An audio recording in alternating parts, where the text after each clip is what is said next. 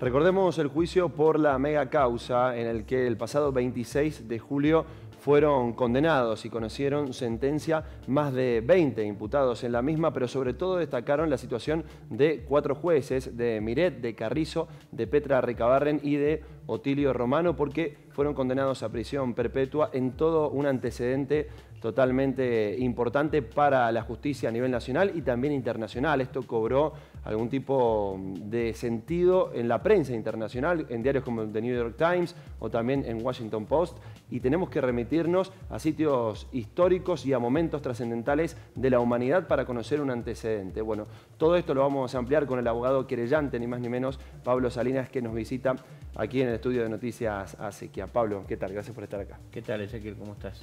Bueno, un poco en la introducción me parece que resumimos la importancia que realmente ha cobrado esta mega causa, ¿no? Y la sentencia. Sí, quizá por la coyuntura del momento no tuvo la trascendencia en medios nacionales, pero como señalabas bien, a nivel internacional la ha tenido en el país de España, en los diarios que has mencionado de Estados Unidos, la ha tenido en Inglaterra, en Europa, porque el único antecedente que reconoce es el juicio de Nuremberg a los jueces. Es decir, esta es la segunda vez que se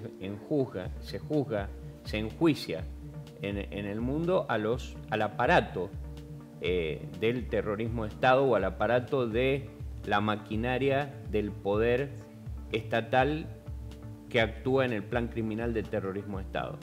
En el juicio a los jueces nazis se juzgó a todo ese aparato, y en el juicio a los jueces federales de Mendoza se juzgó a todo el aparato federal que actuó durante la dictadura, que es un aparato más pequeño que el provincial, igual que es como hoy el mismo sistema. Los jueces federales son menos, son de excepción, los jueces provinciales son la gran mayoría, y los que tenían que actuar en esa época eran los ahora ex magistrados condenados. Entonces, por eso, con esto ponemos de relieve lo importante que ha sido esta sentencia, que nos tiene que hacer sentir orgullosos como argentinos y como mendocinos de haber generado un aporte a la defensa de los derechos humanos en el mundo, porque este juicio lo van a estudiar, lo van a venir a estudiar por la importancia que tiene. Además, se desarrolló con el respeto a todas las garantías. Fue un juicio que duró 3 años y medio, empezó en el 2014, el 17 de febrero de 2014, terminó el 26 de julio de 2017. Hubo los acusados, ahora condenados, tienen posibilidad de acceder a prisión domiciliaria, de tener garantías, justamente todo lo que en la época de la dictadura no se le garantizó a las personas y a los ciudadanos que fueron víctimas de desaparición forzada, de tortura, de apropiación de niños que ahora son adultos. Ayer se le hace una entrevista muy buena a Claudia Domínguez, donde ella explica lo que significó para ella esta sentencia, lo que significa para ella todo el daño que causaron y cómo ella todavía se está rearmando, ¿no? Y pensar que en Mendoza, y esto para la audiencia, para el público en general, en Mendoza todavía nos faltan recuperar nietos. Hemos recuperado 2 nietas, Celina y Claudia, y nos faltan recuperar, Adriana Bonoldi estaba embarazada, varias compañeras más estaban embarazadas, y si tenemos estas 2 nietas que le hemos podido recuperar, tenemos que hacer un esfuerzo para tratar de recuperar los nietos que nos faltan, y también un esfuerzo para que en los juicios que quedan varios, conseguir que alguien nos revele el destino de las personas desaparecidas, porque también ha sido tan criminal el plan del terrorismo de Estado que los familiares no han podido recuperar los restos de sus familiares para darle sepultura, para poder llevarle una flor, para hacer el duelo. Claro. Esto ha sido terrible, y esto es un dolor permanente en la familia. Entonces, esos 2 reclamos históricos del organismo de derechos humanos los seguimos manteniendo, los vamos a impulsar y vamos a seguir trabajando en ese sentido, porque nos parece fundamental poder recuperar la identidad de los nietos que nos faltan. Pablo, como abogado querellante, ¿estás satisfecho en cuanto a los tiempos de la justicia y a la decisión y el fallo, la condena, digamos, que se conoció? Los tiempos de la justicia es una buena pregunta, Ezequiel, porque mucha gente dice, bueno, pero pasaron tantos años. Bueno, pero hubo leyes de impunidad que a partir de un intento de golpe de Estado que se le hizo a Raúl Alfonsín, se tuvieron que dictar, hubo indultos que los hizo por obra y gracia Menem. Eso dilató. Si esas leyes de impunidad no hubieran existido, si esos indultos no hubieran existido, estos juicios hubieran sido mucho antes. Entonces, para aquellos que critican el tiempo, se les puede responder diciendo, mire, se hizo justicia cuando se cayó el velo, cuando se cayeron las leyes de impunidad.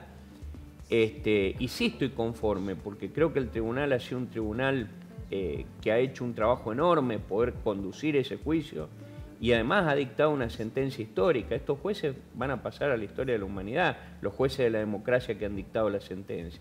Después se podrá recurrir, seguramente los condenados van a recurrir, obviamente, pero el juicio más importante era este, la sentencia más importante era este. ¿Y por qué? Porque acá hubo 3 años y medio que estuvimos escuchando testimonios tremendos, historias terribles que quisieron ser tapadas, que quisieron ser ocultadas y que salieron a la luz en el juicio. Y este es el juicio donde hay una inmediación con el testigo, donde los jueces pudieron observar, pudieron tener un contacto con la prueba documental, los cientos de expedientes que hay sobre cada uno de las personas desaparecidas, sobre las torturas, sobre todo lo que ocurrió en aquella época. Entonces, a donde era para los organismos central y los abogados central, el resultado era en esta sentencia. Y el 26 de julio va a ser conmemorado como un hecho histórico en la provincia de Mendoza. Es el juicio más grande que hemos tenido. Si te pones a pensar en toda la historia de la justicia penal mendocina, no hay un juicio con 32 imputados. En Mendoza. Hay en Buenos Aires el de la causa ESMA, que tiene cerca de 40, porque era un centro clandestino espantoso, que funcionaba enorme. Bueno, pero en la historia mendocina ha habido algunos juicios, algunas bandas de narcotráfico y demás, pero nunca ese número. Y ese número tiene que ver con la real dimensión del terrorismo de Estado. ¿Qué quiere decir real dimensión? Que el terrorismo de Estado no fue solo los grupos de tarea policiales, militares, Policía Federal, sino que también hubo una complicidad civil de la justicia federal que hoy quedó acreditada, y hubo una complicidad civil de gente de Sotana que también acompañó como capellanes del ejército y acompañó ese terrorismo de Estado. Entonces fue una dictadura cívico-eclesiástico-militar, y esa real dimensión en el país, hoy los que están dando un ejemplo y están dándole la real dimensión al terrorismo de Estado fueron el Tribunal Oral Federal de la provincia de Mendoza, integrado por el doctor, presidiendo el doctor Alejandro Piña, el doctor Raúl Furcade, el doctor Juan González Macía y el doctor Héctor Cortés. Ellos han tomado una decisión que ubica a Mendoza en la historia y que los ubica a ellos también en la historia, porque esta sentencia también va a ser estudiada como fue la sentencia del fallo Simón, donde cada uno de los magistrados de la Corte, Argibay, Zaffaroni, establecieron los fundamentos para que cayeran las leyes de impunidad. Bueno, hoy la sentencia de Mendoza produce una gota de justicia en un país donde necesitamos tanto de la justicia, donde la justicia es una deuda en nuestro país. Entonces, es muy importante esto, Ezequiel, y yo les agradezco la invitación al programa porque le están dando la importancia que tiene, que muchas veces en la vorágine periodística hay temas menos importantes pero más acuciantes. Claro, claro. La última, Pablo, muy cortita, pero no quiero dejar de destacar tus palabras cada vez que se te ha preguntado sobre la posibilidad que tienen los condenados de recurrir o de apelar en la Cámara de Casación y los recursos que tienen a mano.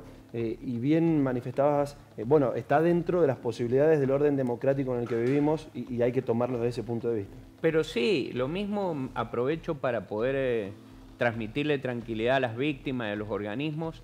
Nosotros hoy vivimos en democracia, entonces, bueno, efectivamente los condenados van a tener un médico que los controle a ver si van a ir a domiciliario o van a ir a la cárcel, van a tener un cuerpo médico de peritos que los analice, van a tener la posibilidad de recurrir la sentencia, pero yo creo que esto los organismos lo entienden muy bien.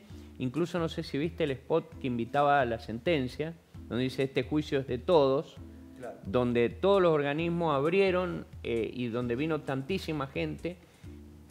Y sí, ellos van a recurrir, está claro. Ahora, el juicio importante era este, nosotros vamos a defender la sentencia en las instancias de casación y en la Corte, y digamos, no hay disidencias en el resultado. Los 3 jueces votaron prisión perpetua, entonces es un fallo sólido desde donde se lo mire, en el sentido de que no hay disidencia. Hay unanimidad, digamos. Exacto, no hay disidencia en el resultado. Después cada uno va a dictar sus fundamentos porque cada uno quiere hacer valer sus argumentaciones. Eso se conoce a fin de mes. Entiendo que son 40 días desde el 26, un poquito más que fin de mes, creo que bien va a ser, sí. Principio de septiembre se van a conocer los fundamentos que seguramente va a haber que estudiar y leer en profundidad. Y después una cuestión que también me pareció muy importante de parte del tribunal es sobre el final de la sentencia indicar los nombres de las víctimas que habían sido afectadas. Y después una cuestión que también quiero señalar del día de la sentencia es el enorme compromiso de todos los partidos políticos y de todos los sectores políticos.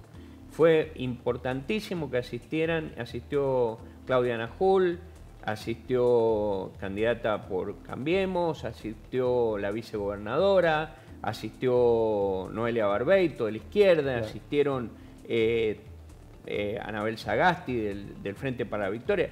Es decir, todo el arco político de Mendoza estuvo representado, porque se comprende muy bien que la dictadura nos afectó a todos como sociedad, cercenó derechos, cercenó libertades, generó las peores épocas, afectó. Yo tengo amigos como Hipólito Solari de Goyen, un hombre radical de toda la vida, hay desaparecidos como que son referentes también del radicalismo y también de todas las fuerzas políticas. Entonces, si lo interpretamos como algo que es de toda la sociedad, el proceso de memoria, verdad y justicia, creo que podemos tener un punto de partida. Es decir, en esto estamos de acuerdo todos. Después lo demás lo discutimos. Bien. Pero en memoria, verdad y justicia, toda la sociedad, o por lo menos el 90% de la sociedad, porque bueno, hay un porcentaje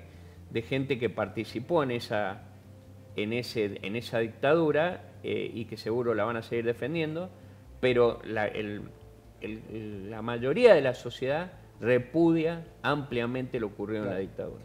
Gracias, Pablo. No, muchas gracias a ustedes.